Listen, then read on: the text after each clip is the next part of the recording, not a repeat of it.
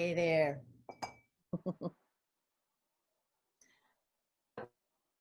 Folks. Very, very nice. I'm curious if any of our tellers are here and want to say something about what it was like to do that. If you would like to, if you click on the panelist panel, you'll get a little logo that gives you the option of raising your hand. Just go ahead and do that. And Tracy will promote you to a panelist, which will let you turn on your video and unmute yourself. Yeah, and I'm going to can you hear me, Marty? I can hear you, Tracy. Okay, so to get us started, there was one comment from Patricia Lynn specifically to Pam Farrow. So Pam, I'm going to promote you, and then if you don't want to be promoted, I'll take you off. But specifically about the depiction of God's sadness at the coming judgment. And so maybe if Pam wanted to say something about that, and Patricia, I can promote you as well if you want to say more about your comment. So I see I've been promoted and I heard part of what you said. I'm not sure why I'm here.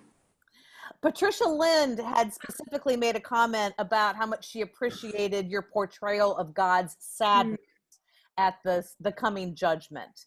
And, you know, I think we often, Christians especially, you know, we look at, oh, the God of the Old Testament is this, you know, vengeful, angry God. And we don't think that, well, you know, maybe it made God sad as well. So, you know, perhaps that's something that you'd like to talk about.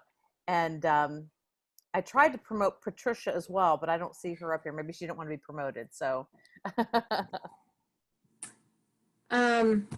Okay, I'll I'll take just a minute instead of a long time.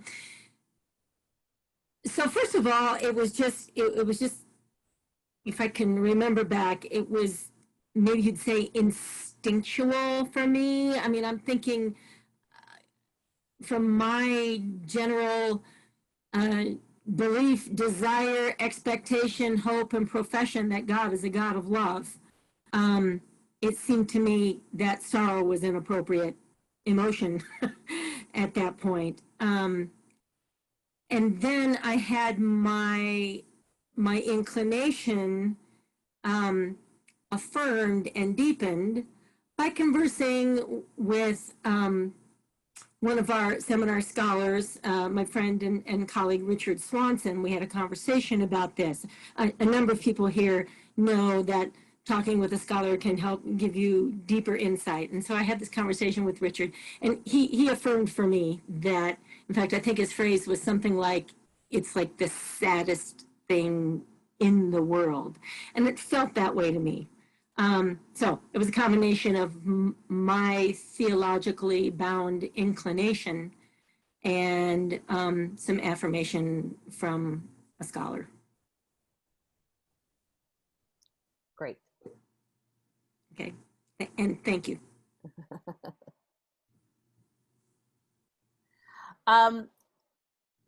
Also, Tom Boomershine. Now, Tom, we can only give you a couple of minutes.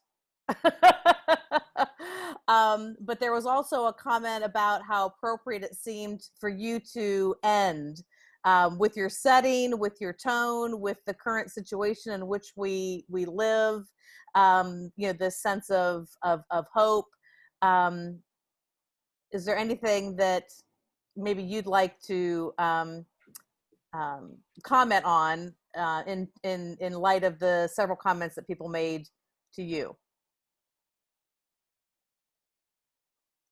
Well, I was struck by the degree to which many of the descriptions of the situation in ancient Israel are remarkably congruent with what is happening now. I was really struck by that.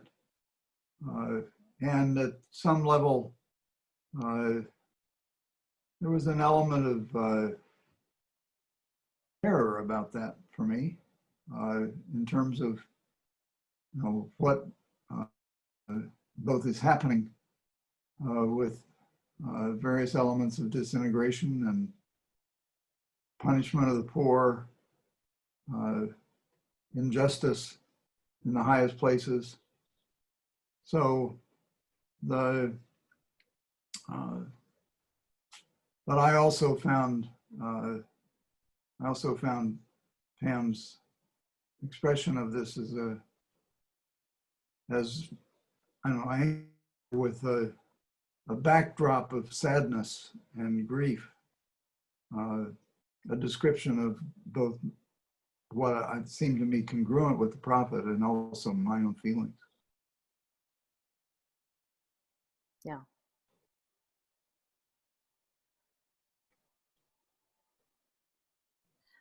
Marty, is there anything you'd like to say in particular? I don't see hands up for me to call on people. And also Sarah Agnew, you've made several comments, so I wondered if maybe, Sarah, if you would like to say something in terms of how this might be fitting into your keynote addresses. If you could raise your hand, then I'll promote you as well. I do have some things that I'd like to say.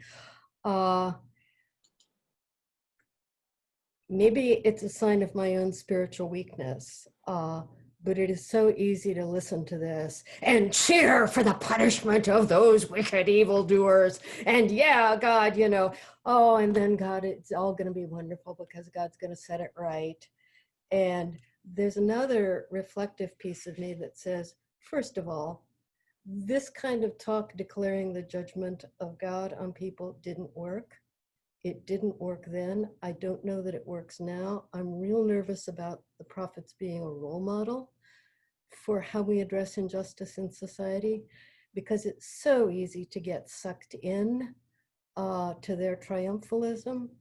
And behind that, and I'm tracking here on Tom's comment about the number of things that feel contemporary in this book, I think we have to ask what it means to cast God as the one who sends disease and food shortage and the atrocities of war as punishment for injustice in society.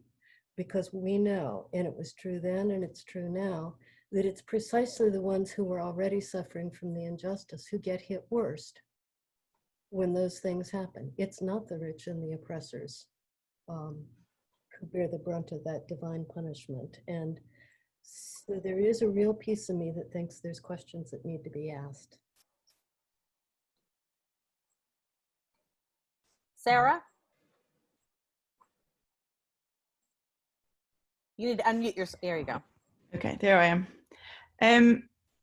I saw so many examples in our tellings tonight or this morning, wherever we are, of people embodying the story and their emotions, really showing us what meaning we were finding. So we've talked about Pam's expression of sadness, but just as I was sort of turning on here, Barry McWilliams made a comment I can see in the chat, which I want to respond to if that's okay, saying, I'm not sure this is storytelling, but oral interpretation. And I think I would want to argue that storytelling is interpretation, that we could see through gesture, embodiment, emotion, that the tellers were making meaning of the story. And I think they all showed us that in very many ways. Yeah, I'm trying to think now if there's any other examples, but probably the one we've talked about with Pam is one of the most profound ones, I think, that I saw, but also Tom embodying the hope. And then there was the use of setting for some of the tellings, Elizabeth on the tractor, to that physical embodiment of space to add in layers of interpretation to the tellings. So there's lots of examples there, and I could go on forever, but I won't. Thank you. Sarah Weisinger, you've made lots of comments tonight, so I hope you're okay. I'm going to promote you. Your last comment here, and you're a parent of several children. You talk about, if prophecy doesn't work to the nations, what is different or the same about parental scolding? So hopefully you'll pop up here in a second. There she is. Can I kick my kid out of the room first? Just a second. Perfect. We didn't plan this, folks, honestly. While she's gone, just a quick comment, because I forgot when I was videoing the intro for this, that Jonah was going to be one of our theme stories. But actually within the Bible, the book of Jonah takes on the bloodthirstiness of the prophets. He is the one prophet who actually is successful, and he is successful in the capital of the evil empire, and doggone it, he's put out about it. Exactly.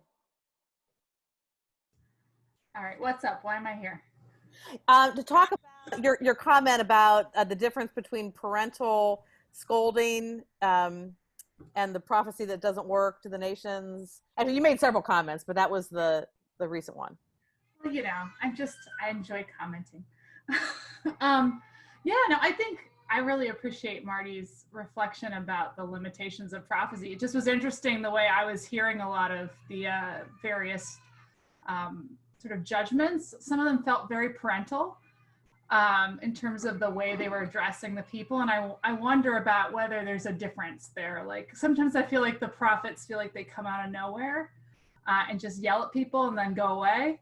And then sometimes they feel like that there's like a genuine relationship. And I wonder how that changes the way we embody the text and how we hear it, if we hear the relationship that's sort of between the people and the words that are spoken. Marty, do you want to comment on that? Well said. Very good. Tim Coombs, you asked, is it our job to improve on the prophets or to tell their story? I'm going to promote you. At least I think it's you, Tim Coombs. It just says Tim. Yeah, there we go. All right. What's your question? You had said, is it our job to interpret or to improve on the prophets or to tell their story? Yeah, what if the prophets were pissed? What if they were angry and were parental and scolding? Should we not depict them that way? Or since we have realized through history what doesn't work and we want to do it differently? I mean, we certainly can try that, but the question was, as storytellers, should we be depicting what the prophet's words or how we would rather them be said? If I were one of those prophets, I may be a little annoyed at that. I want my words to be depicted as, in their context. Just to come back for a minute, Tim, and you and I have gone back with other folks as well on this before. You can try and soften them, or you can depict them, or you can bring out the bloodthirstiness. Mm-hmm, mm-hmm. Yeah, I mean, every telling is one telling amongst many, many others, and we should experiment, but sometimes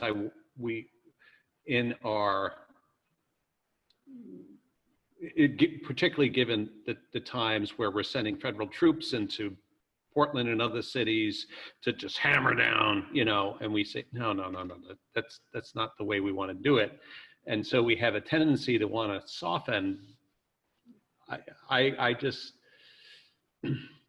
think there are some of the parts of Amos, that's the telling I did, where he's pissed, he's angry, he is, he's irate, and it needs to come across that. And there are other times where he is is mourning and sad. And so that's our job, is to figure out what kind of passage do I have here? What's really going on? That's really all I wanted to say. Yeah, thank you. Thank you. Suzanne Stock, you have a really good question here. I'm trying to find you in the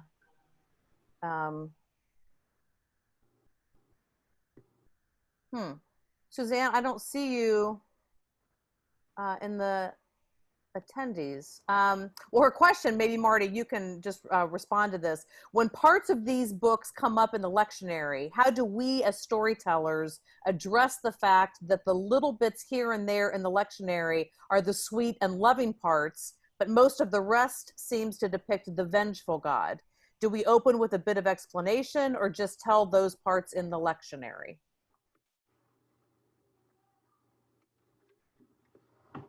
That's a wonderful question, and I was actually going to suggest that you ask her to ask it, and I would be interested in hearing what she thinks about it. I think contextualizing them is important. I think maybe bringing out that there were controversies within the Israelite community. When you're doing just one little lectionary clip, you of course assume that the prophet is telling it straight. And that's the whole story. And yet sometimes in prophets, you'll find a prophet criticizing something that in some other book is said to be God's action. And if you think about our political arena now, regardless of political stripe, people will appeal to the public by saying that they are on the side of the little people and that they are against oppression and in favor of justice, and we have to stop those other people from doing the awful things that they're doing. It's easy to forget how much power there is in claiming to be the one who speaks for God and is the authoritative interpreter of what God is saying. We forget that in ancient Israel, there were multiple people saying different things, claiming to be the authoritative interpreters for God, and that the prophets did have some skin in the game. And I get where I'm going with this is maybe I want to say we listen for the truth that's in the prophets and the fact that they ring true for us because they are naming things that are real. And at the same time, each of us in our indignation against the things that are wrong, each of us has blind spots and other things we're not seeing, which means then rather than get too carried away with the image of this is the voice that speaks for God and all those other people are sinful, that it was a complicated situation then and is now, where different folks have pieces of the truth. And it's so easy to forget that amidst polarizing rhetoric. So Suzanne, you're there. Do you have anything to add to what Marty just said? I think pieces of the truth is what I was sort of getting at, that I am actually on the schedule at my church to do the story on coming up, I don't know, September or something, a bit of Amos, but it's like a little sweet bit of Amos. And I want to go, all right, I'm going to tell this story. It is going to sound really nice, but all of the rest of the whole book is ominous. I don't want you to know only this one part. If people only hear what's in the lectionary every year, every 3 years, then they're just going to get the nice parts of Amos and Micah. That's what was my question is, would it be right to sort of set it up or just do the story?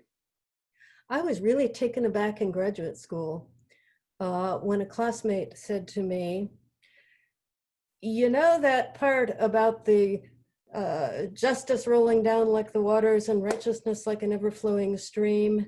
That might be a wish that everything good will happen, and it might be a wish that the punishment will come. Very good. Honored to hear it. Mike Brower, I'm going to promote you. He was the wrangler of half of this epic telling experience. And so he did some editing, and he got to view these pre-recorded tellings multiple times. And he said that in the comments that every time he watched it, that he got something different out of it. And so if Mike gets, unfortunately, there's a delay. There he is. There he is. Let me fix this. So Mike, about getting to see these performances multiple times and learning something new each time. Would you like to share something more about that? Yeah, every time I watched, like for instance, Mike Cantley, and I'm watching Mike close because he's moving around on the screen, and I saw something in his face. Every time I saw Mike's face at a different time, he showed me a different emotion.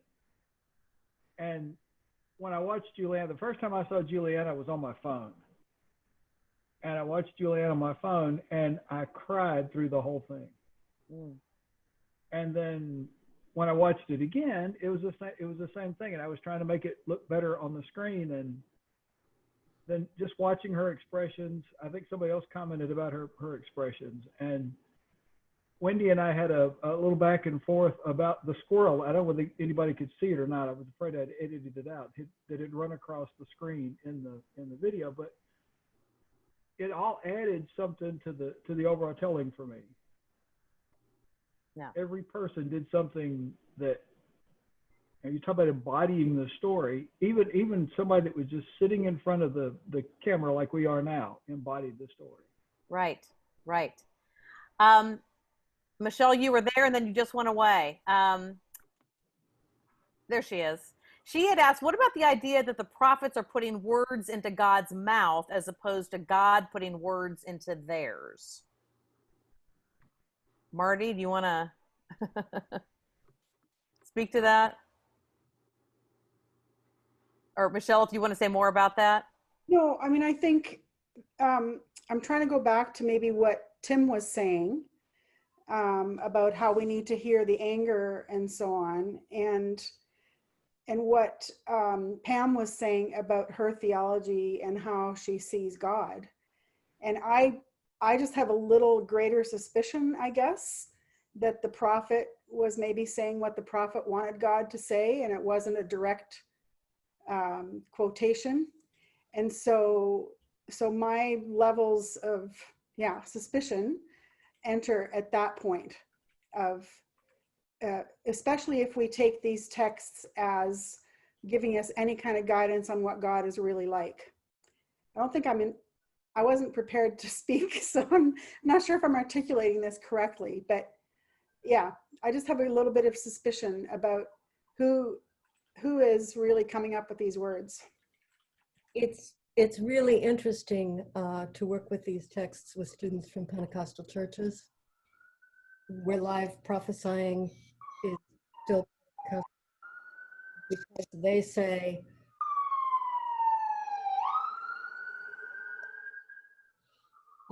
they really believe that God influences people to speak, and at the same time, they realize the fact that somebody says God is telling me to speak doesn't mean you're getting an unadulterated message from God. A piece I would bring into that is it's not all at the level of what God might or might not have said to the prophet, but the disciples who collected this stuff and the editors who said, actually there needs to be a bigger picture than this. I kind of think the part about the restoration, the end, is probably not from Amos. On the other hand, Amos was talking to a specific audience in a specific situation. And I think if you'd tapped him on the shoulder and said, we're going to preserve your book as God's word for all people for all time,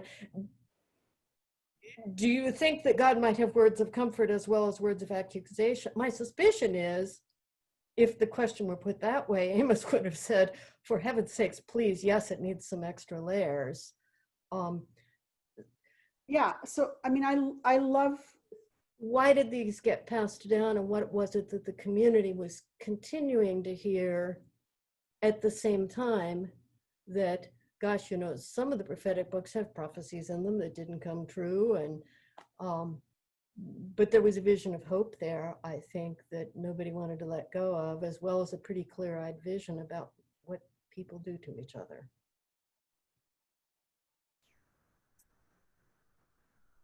Thank you. Phil Rugy Jones, you're wondering if, and again, I don't see you. Sorry, y'all. These are in alphabetical order, but they're not in alphabetical order. So, Marty, I'll tell you what he asked. I wonder if anyone came to see themselves differently because of the words they were carrying around. You know, Marty, you've been telling stories for a long time. Can you speak to that as I try to, or if any of the tellers want to speak to that question specifically, if you saw yourselves differently because of the words that you were internalizing and living with and performing, raise your hand and I'll promote you. But until that happens, Marty, do you have any thing you might want to say about that? I'd really like to hear the tellers on that one. Okay, Wendy just got promoted.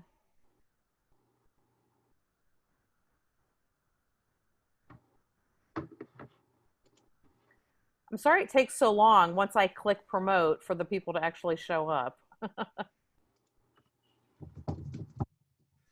There we go. A couple more. Shelley, Madeline.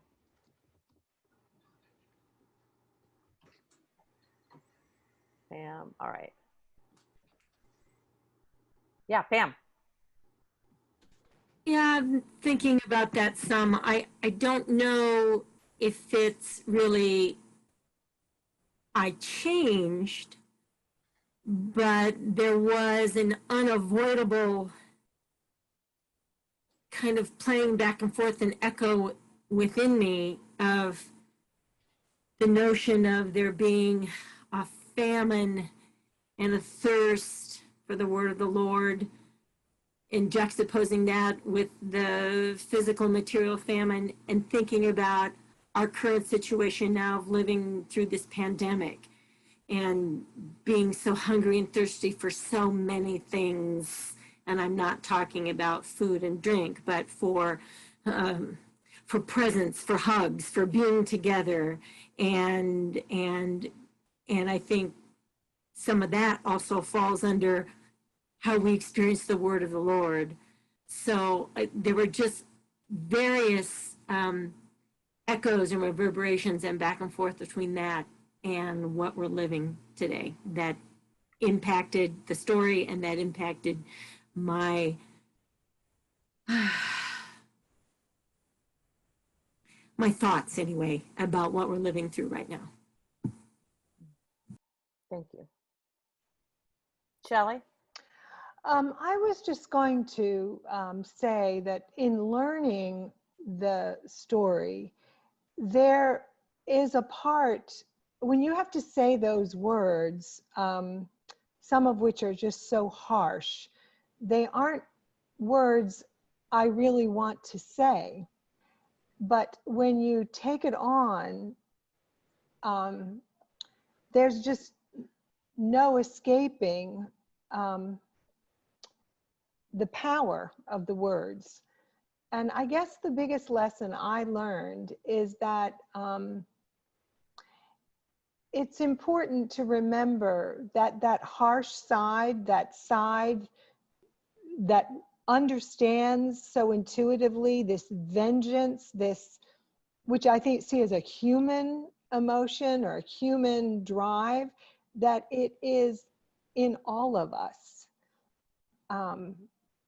And that's something that I like to avoid about myself, quite honestly. But I think we need to understand our full natures, that we are capable of these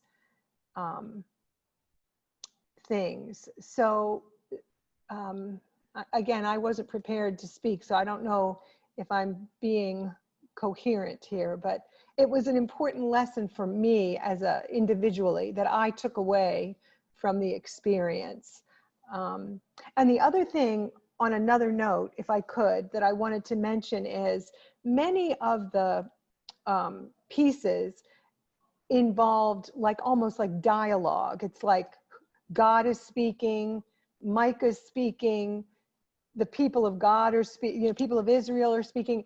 And that was really something to work out as a teller. How do you convey that now I'm another person, right? Now I'm talking as God. Now I'm making a comment as the prophet. And I thought it was really interesting, the different ways that was done. And in particular, Danette's take, I thought was really effective and really well done. So thank you, Shelley. The second part of that kind of goes to a comment that Jason Chestnut had made. So Chris Carr, like, hold on, because the first part of what Shelley said, I think, has to do with a question that you had done. Jason, if you could start your video and talk about, you know, God's voice and the prophet's voice. You'd unmute yourself. Unmute. I was getting ready to unmute myself, Tracy. Sometimes I talk before and nobody should hear me, and I get that through, and now I have the. Thank you, Lori. I think there's a shift between what Amos is saying and what God is saying, or like how Amos is choosing to relay what God has given him. And so for me, in some ways, you get down to says the Lord, and sometimes I think it can act as a shift, because it's really hard, like Shelley said, it's really hard to know where the voices are coming in on. And my telling specifically, Amos was all over the place. He's pissed at these people, and then he's pissed at those people. And so I feel like sometimes I was just trying to give a voice to Amos in it all as well. Thank you. Christopher Carr, you had asked, would it be fair to say that it would be best to hear the prophets as words of warning for us rather than words of warning and destruction for others? If, quote, us, it leads to repentance, maybe, but if we think of the messages for others, it leads us to think we're better than them, and the idea that they get what is coming to them. Is there more you want to say about that? I just would wonder if that was the case in anybody's preparation for their telling, and if it influenced the tone that they used.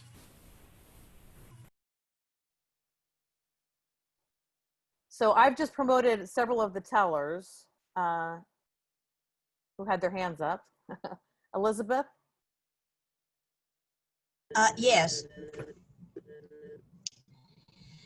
I hope everybody got to hear something much better than I got to hear. The whole thing was out of sync, and it made it was such a disservice to what everybody had put into it, and it really saddened me. We were talking about this thing about Amos, God. Amos, in my mind, Amos is compelled to say these things, but always, as Jason was saying, it comes back to thus says the Lord. And the whole point is not recognizing the Lord and who the Lord is. That runs through the whole point. They're out there worshiping something else. They're bringing him things that he doesn't want. And I know Bobby didn't come through as well, but my response to all of this was like Pam. This is tearing God apart. It's like a parent. And he says over and over again, I did this to you, but you didn't come back. That's the thing. You are to return to me, and you compel me to take these issues because you don't return. That's a brokenhearted parent to me. And he has to carry it through. It's like tough love. So that was my take on that. Thank you. I guess that's everything. Yes. Drew, or actually, Marty, you have your hand up. So do you have something to say for that? Before we wander too far away from the theme about who's speaking which lines and different ways of interpreting God's tone, I want to put a plug in for the mini epic tomorrow night, because they're going to tell Habakkuk through twice. And there will be some different decisions about tone and some different decisions about exactly who has which lines in that telling. And it's pretty interesting to see. So tomorrow afternoon at 3:30 Eastern time. Thank you. And speaking of tone, Drew, you had said the tone of Amos and Micah is like the message that Jonah wanted to tell. Maybe we need to hear this as God using hyperbole to get the attention of the entitled ones in Israel and Judah. What do you think? Is there more you want to say about that? Yeah, I think, yes, I think, you know, when we encounter these difficult passages, that I think the key, and actually the safeguard from using them to justify bad behavior in life, and you know, the kind of the allow the inner Pharisee to come out and hammer other people, is to think that that love is the key for interpreting the scriptures, and I think in that case, then when you to be able to hear God's anger, it's in the context ultimately of what's the loving thing to do, and using kind of and also thinking of it this way, that the people of the ancient people were in a way like little kids, and God is speaking like a parent in the telling mode, and so it's a different, it's not that God has changed through time, but rather how we needed to hear God. And I think when Jesus shows up, it's with that understanding that that it's the same God, but it's not always been how God has been properly interpreted. So to be able to hear the angry God, but as perhaps a ploy to get us to do the right thing. Now, God treated Jonah differently, God, although God was still playing pretty rough with Jonah. The little vine that grows up to give him shade and causes Jonah to have empathy for the little vine. But then God also sends the vine weevil or whatever it was to attack the vine.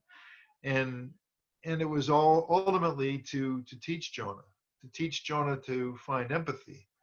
And I think that's a principle that's at work in our scriptures. At least that's what I want to think.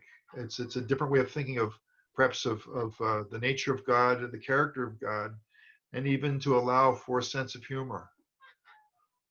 Yes, yes.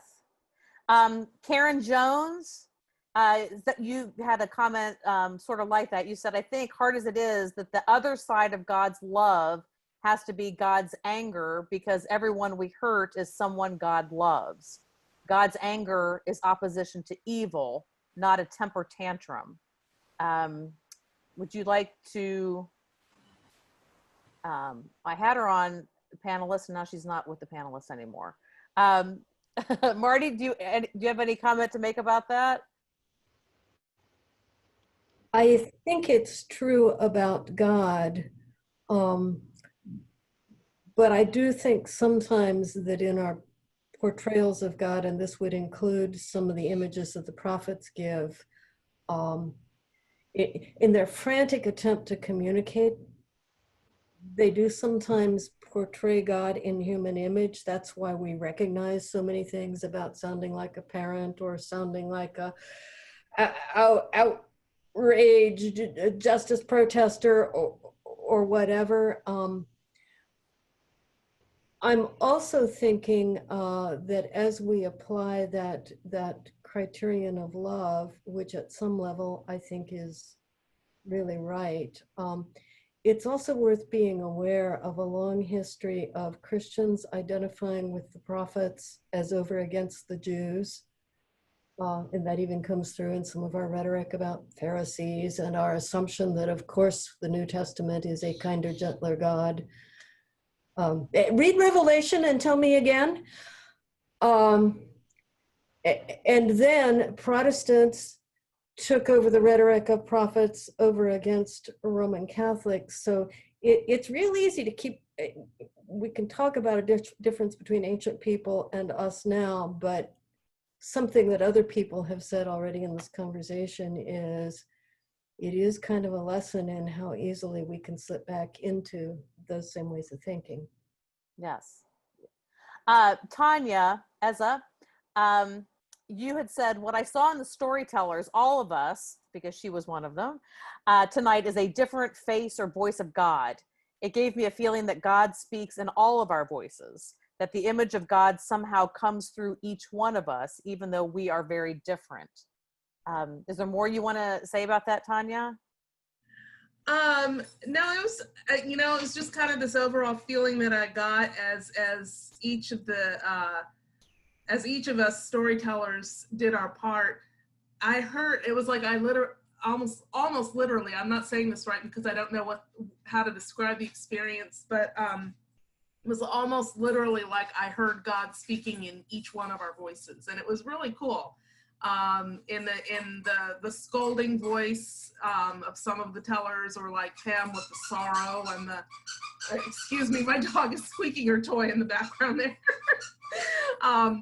But yeah, so it was almost like this mystical experience that God was speaking through each one of us as I heard the whole thing tonight. Yeah, thank you. Marty, any comments about that? Yes. Tom, you had asked to say a little something about performance criticism. Do you want to or start your video?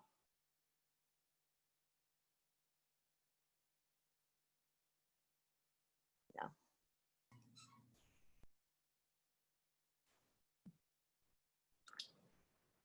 This is a very interesting conversation. And one of the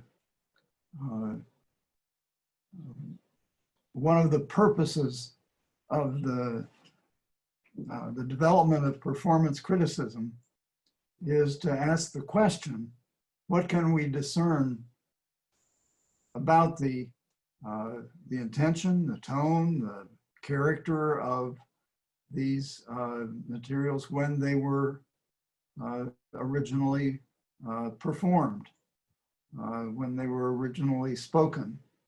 And so a lot of our comments have been related to the constant temptation, and that has often happened, of reading our later situation back into the ancient world. What Marty was just saying about the tendency that we have to identify with the prophet and then to use that as a position from which to excoriate whoever the enemies are, and to identify them with the people who are being addressed. So Roman Catholics, one of the great ironies of history, that the scriptures have been interpreted as anti-Jewish when they're all significantly addressed to the community of Israel. So that part of our job, I think, is to do our best to try to understand and identify what was going on in the original context, and to honor, in this case, Amos and Micah with that kind of attention, with our very best effort to understand them in their own context. Thank you, Tom. Tom was at the forefront in many ways of the biblical performance criticism movement. Nathan Asala, if you're on there, there he is. Way back when, he made a comment. I wonder if we might want to do storytelling on a redaction of the text to find the marginalized voices who are to some extent being co-opted by the prophetic voices in the final form of the text.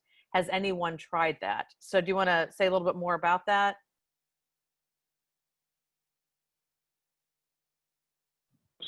Can you hear me? Yep. Sorry. My microphone's not very good. Can you hear me or not? Yep, I can hear you. Okay. Okay, great.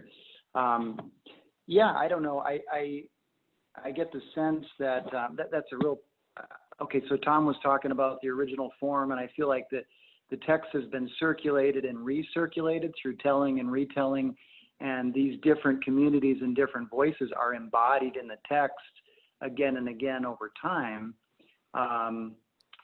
But I wonder if there's a way, you know, we could hear those voices that have maybe been that have maybe been co-opted at different layers of the text. And I do think there's a way that maybe that could be possible, but I don't know that like a single scholar is the one to be able to do that. So I was kind of, as I was writing that earlier, and I saw Marty then mentioned about these different voices in the ancient Israelite community. There were a lot of different people speaking. Maybe that would be part of it to prevent it from sort of being another co-option again. I don't know. That's just my question. I don't know if that rings a bell with anybody, or I'm just kind of making noise here. If it rings a bell, raise your hand. And while we're waiting for that, Marty, do you have anything to comment on about that? The first possibility that occurs to me would be it would be very interesting to do a script that simply juxtaposed, and I have done this relative to some other questions, juxtaposed the words of one prophet with bits from other prophets and from the priestly tradition and from the wisdom tradition. That wouldn't do exactly said in terms of recovering the voices of those who didn't have a chance to speak, but it would at least bring out that there is a diversity in the biblical tradition and evaluations. I'm also interested in hearing from Cynthia Park, who is signed on and hasn't said anything yet. Well, I was, hi. I was listening and sort of waiting to see if you needed me to say anything. All of this is fascinating, and I love Nathan's suggestion. And I was thinking, I hope Phil heard that. It sounds like a great project for the seminar. It is very hard in all of this.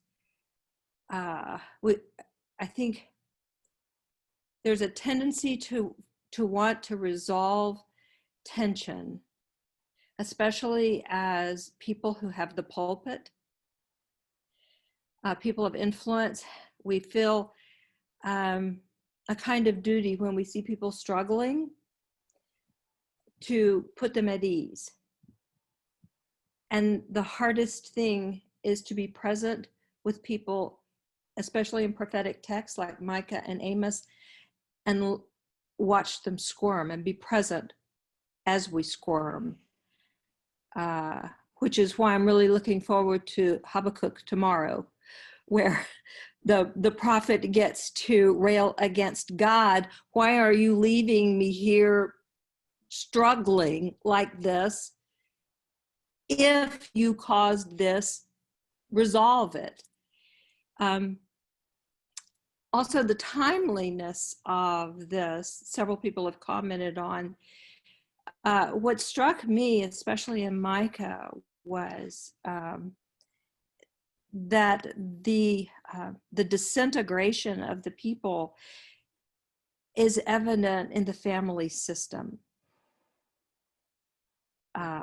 There's that one piece about that.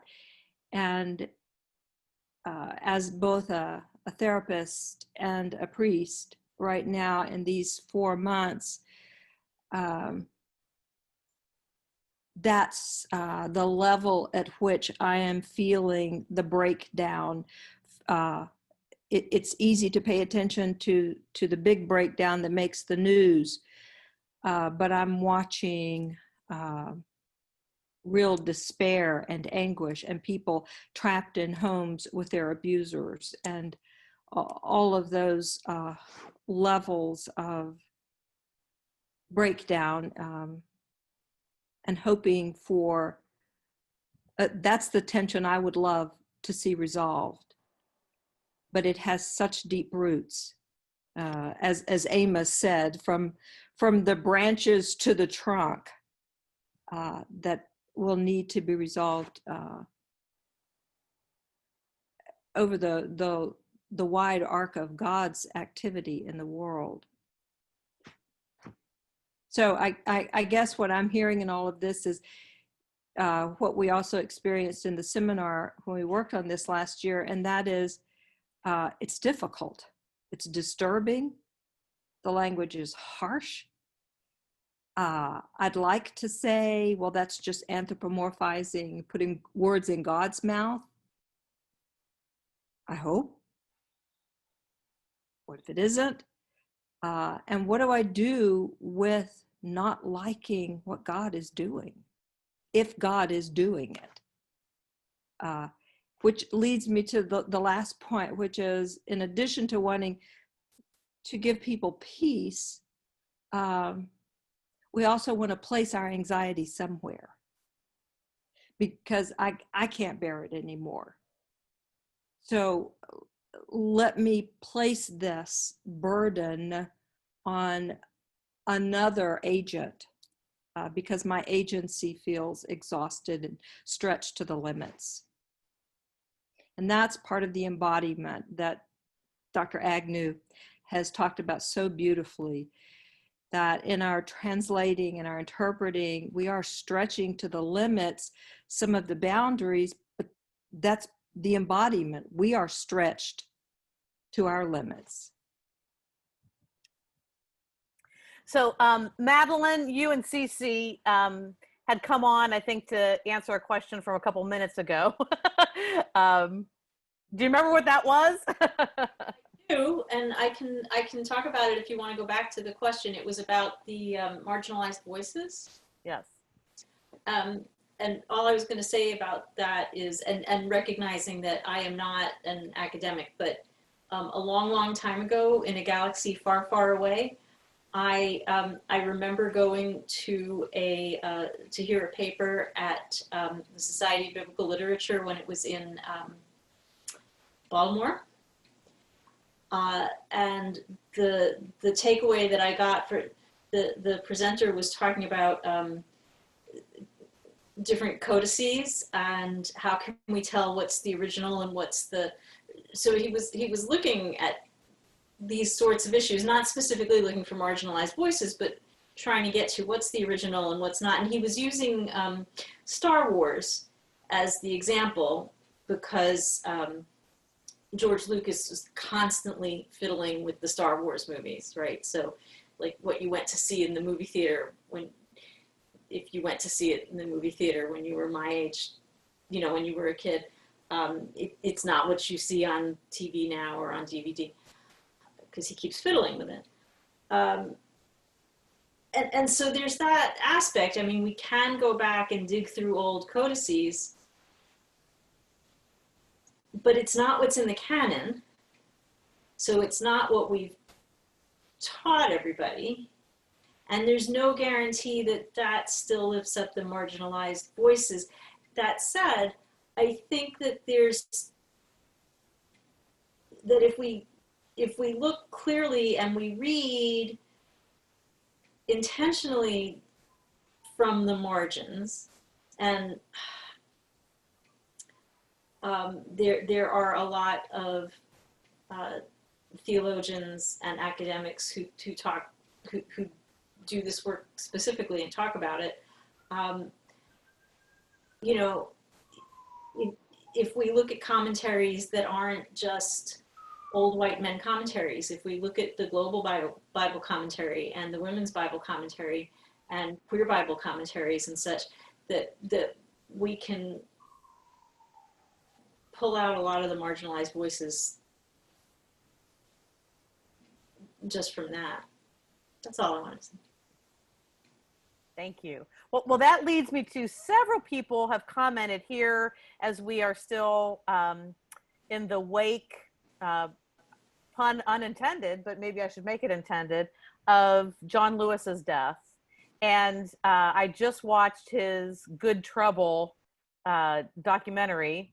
And that was a phrase that he was known for, and several people have commented on the good trouble that people of faith need to make. And I think maybe the prophets have something to say to us about that. Marty, Cynthia, do you have anything you'd like to comment on about that?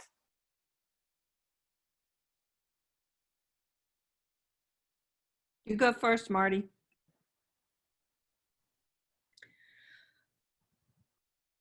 There comes a time,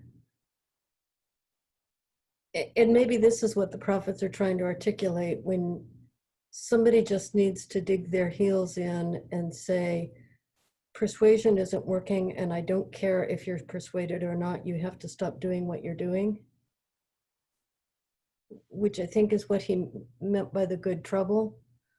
And then there's this other piece of me that wants to say, I really want to change people's hearts rather than just get into a power struggle with them. And my issue with the prophets is I don't think the kind of talk they do ever, except maybe in Jonah, changed the hearts of the people they were throwing the epithets at.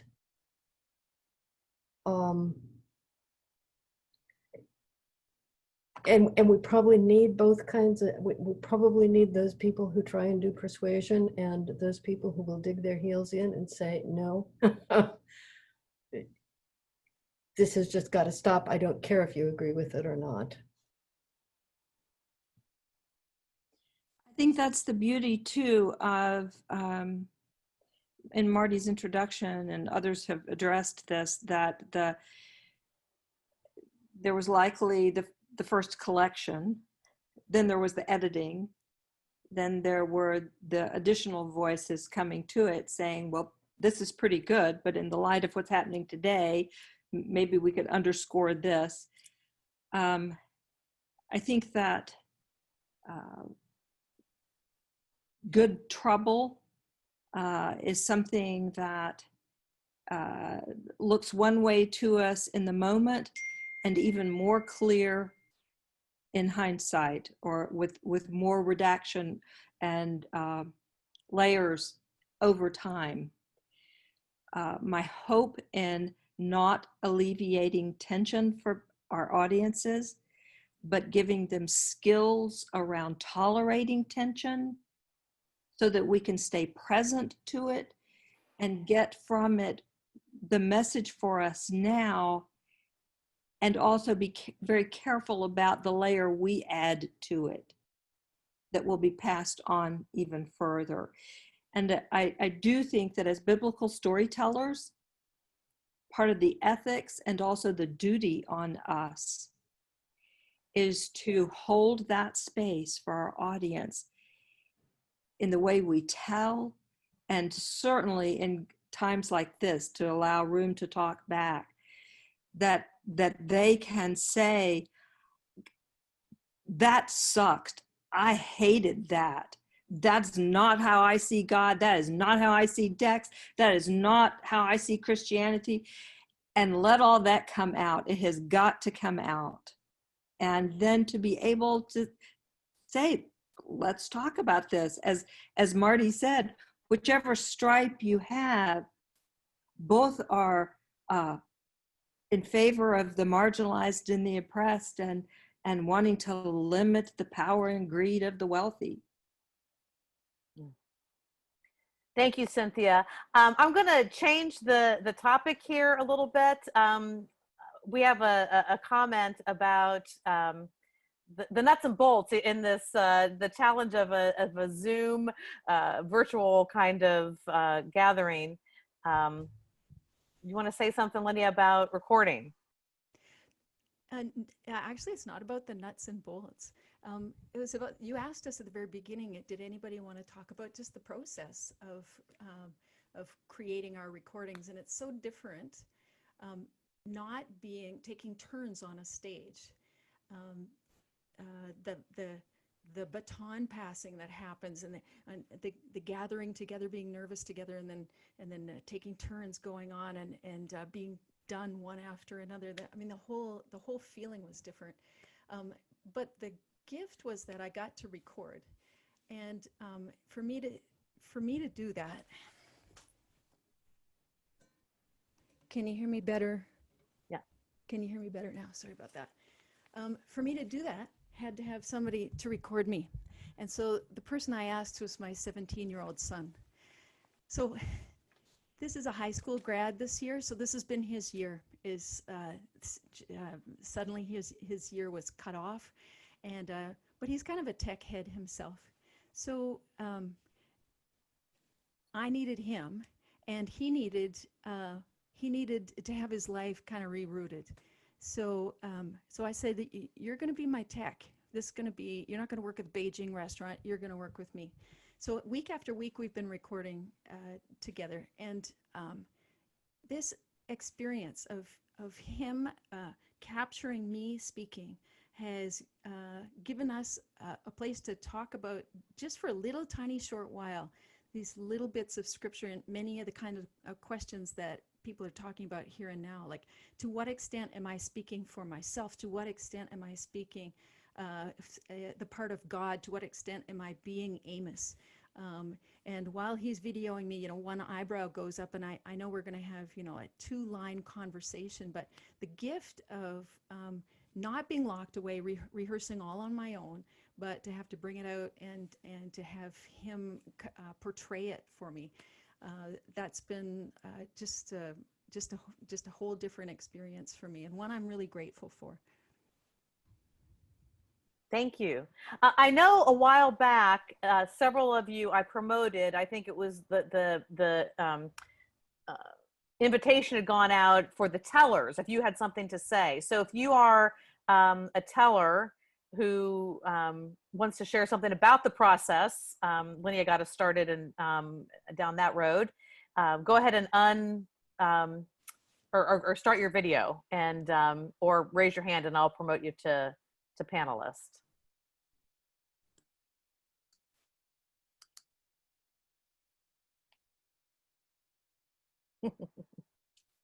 Hello, Mary Beth. Hi, Tracy. Hi, everyone. Some people may have said this already, but I'm not sure. It was a wonderful opportunity to be part of this. It was very strange and Twilight Zone-y, and I think it all came together beautifully. But I do want to say, sort of piggyback on what Shelley said, and also emphasize, this was one of the hardest stories that I've ever told, because of the voices and in it, and not the clarity between who's speaking and then who's speaking next.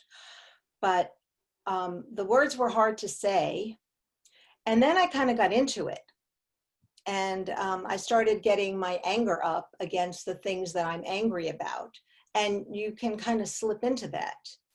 As Cynthia said, you look for someone to blame or something to blame.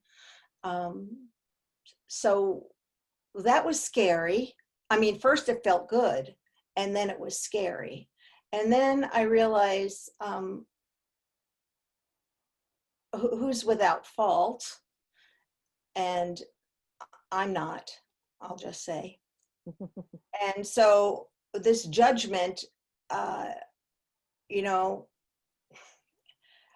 judge not, lest ye be judged. So I agree with Marty. There comes a point where you can't do this anymore, but how far do you go with the anger? And then I look back at the story, because even though Micah was saying how angry God was and all these things God was going to do to the people who were so self-righteous and so greedy and so awful, and then toward the end of our passage, God kind of breaks down and says, that she'll collect these people together and give them places and bring all together. And so it felt like God was going from one place to another, from condemnation to some kind of forgiveness, to some gentler place. And I just want to say, like a dream, the story is like, the story is sort of part of us. Each thing in it is like a part of us. So anyway, it was very, very honored to be part of it and to hear everyone else tell parts of the story. It was really wonderful, epic telling, and I can't believe just how weird it was, but it was wonderful. And love to all of you. I miss all of you very much. Thank you, Mary Beth. You're welcome. Back at you. Juliana, you want to add something about your personal experience?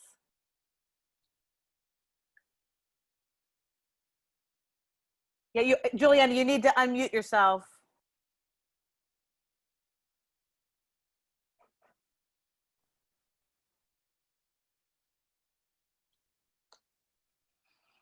Mute. Okay, can you hear me? Yes, yes. Yeah, we've heard a lot about God's judgment and what he'll do. And it's all fearful and scary, but there was a bright ray of hope in Micah, in the piece that I did, where the people will stream to the mountain of the Lord.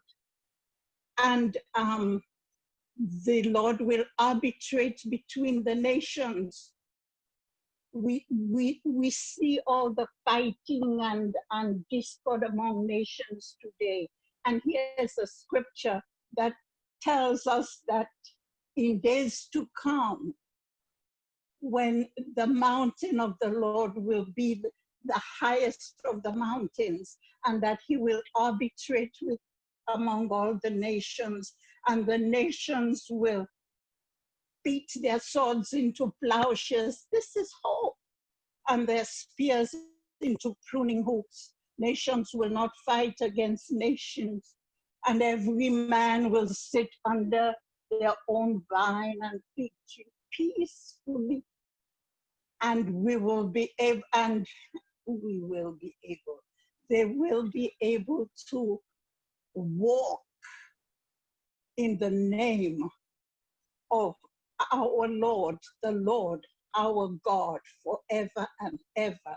So there is, for me, among all of this, that ray of hope that drew me in and that I have held, and that I just want you all to see that it is there among all the judgments and woes that we've been hearing. Thank you, Juliana. Yes. Yeah. Marty or Cynthia, do you have anything to say about that?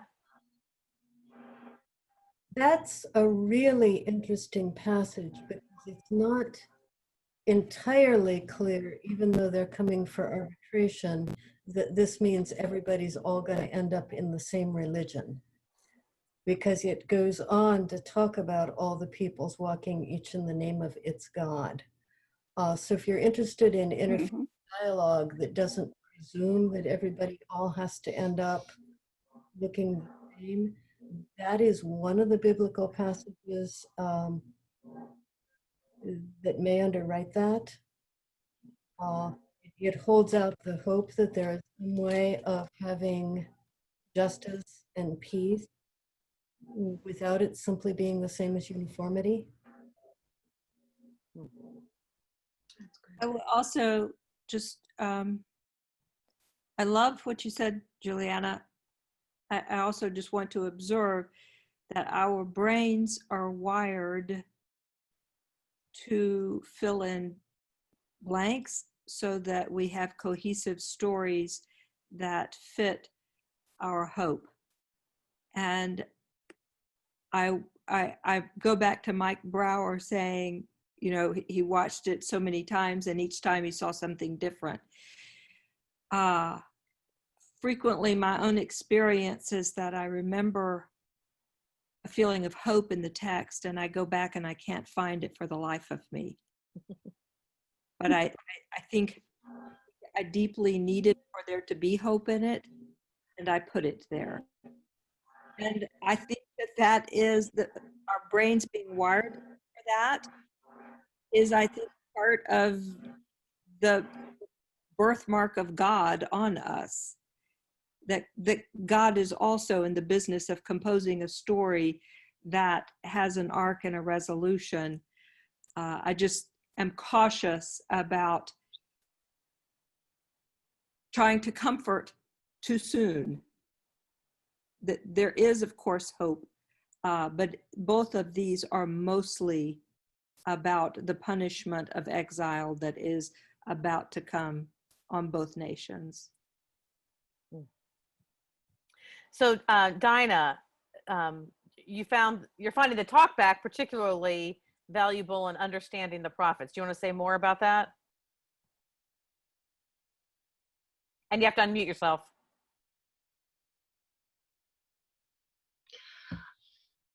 I found this to be a most curious epic telling because it is not narrative.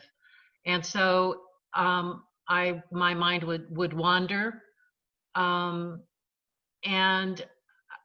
a lot of it is poetry as opposed to prose, which is, I find something that I need to work with as opposed to just hear and try to take in.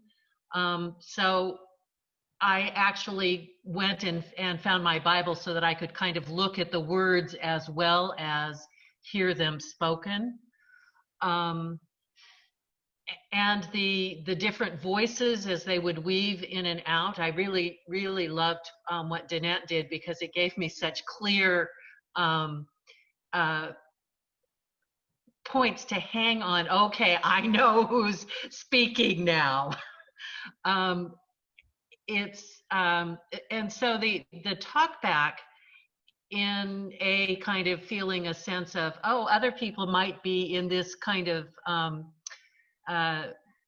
tossing boat as well, that I am not alone perhaps in struggling with this. But also a couple of the things that have been said, how much are the words of God or what people are expecting God to say, and how much are we anthropomorphizing God, and where is, I